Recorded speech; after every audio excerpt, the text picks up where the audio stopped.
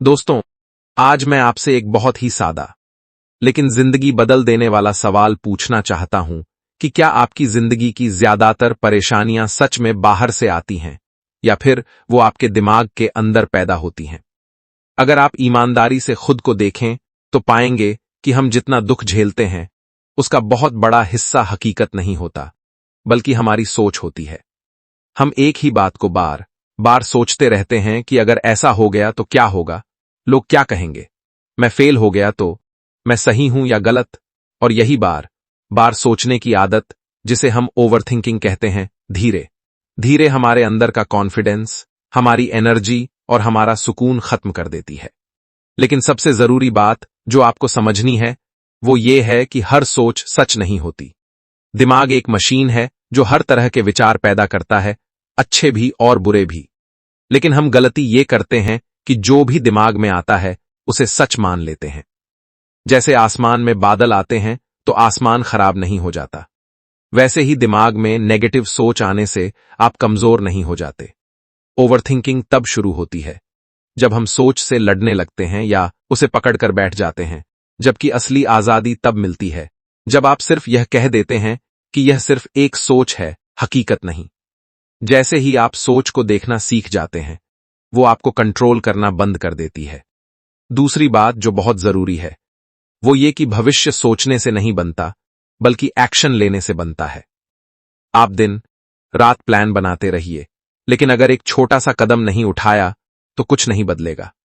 और मजेदार बात यह है कि जैसे ही आप एक्शन लेना शुरू करते हैं, ओवरथिंकिंग अपने आप कम हो जाती है, क्योंकि दिमाग खाली बैठा होगा तो फालतू बातें बनाएगा ही।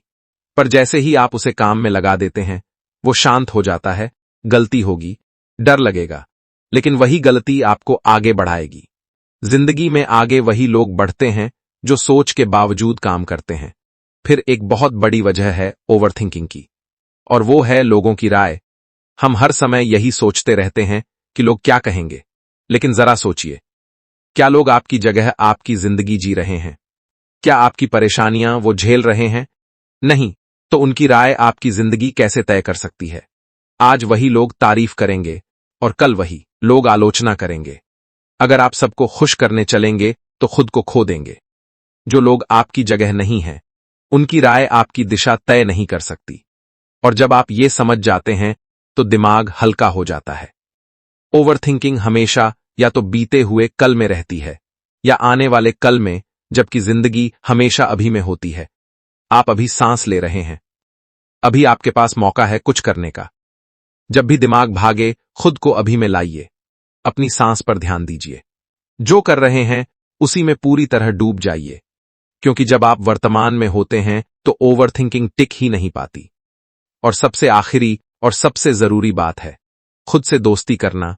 ओवरथिंकिंग तब सबसे ज्यादा होती है जब हम खुद के सबसे बड़े दुश्मन बन जाते हैं। खुद को जज करते हैं, खुद को नीचा दिखाते हैं। लेकिन अगर आप अपने दोस्त से बात करते तो क्या उससे ऐसे बात करते? नहीं, तो खुद से ऐसा क्यों?